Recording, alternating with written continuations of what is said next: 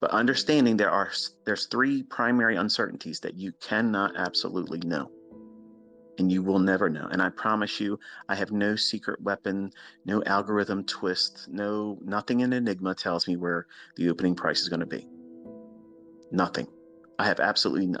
I have to submit myself to the will of the marketplace. And once it does whatever it's going to do at these times, then I measure what it is I'm looking for.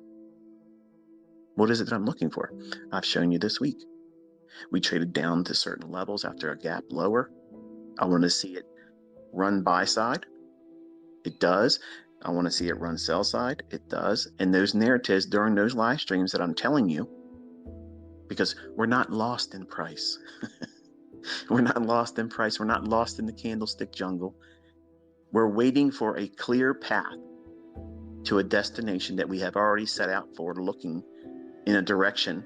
This is where we're likely to go, but we have to wait. We have to wait for the market to tell us, okay, now it's done its damage in tricking other traders into thinking it's going to go the opposite direction to that. That's manipulation. That's the thing that we like to wait for after these gaps, after the session open at 9:30, at the 8:30 news embargo when it lifts.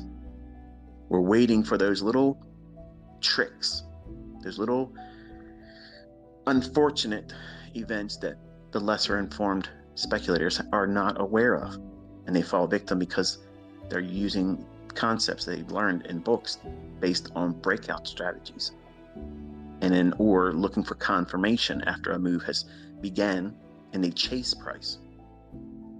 So in my live sessions, I'm many times drawing on the ideas that you as a retail trader or someone that is not in our community that trades purely on retail logic, how they're going to perceive price at that moment.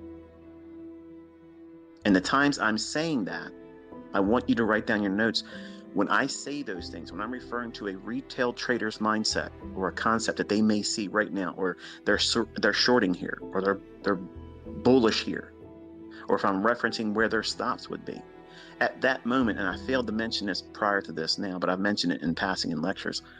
But when I'm doing a live session and I'm calling real-time candlesticks and where the price is going to go and what it shouldn't do, when I mention or reference retail logic or retail stops, at that moment, at that very moment, I want you to think about that wrestling match, that arm wrestling match, that war between the real market maker versus the people that trade on patterns for pattern's sake.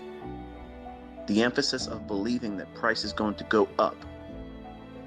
The hopes and fears, the outcomes of billions of dollars. Where's it more likely to follow the logic of some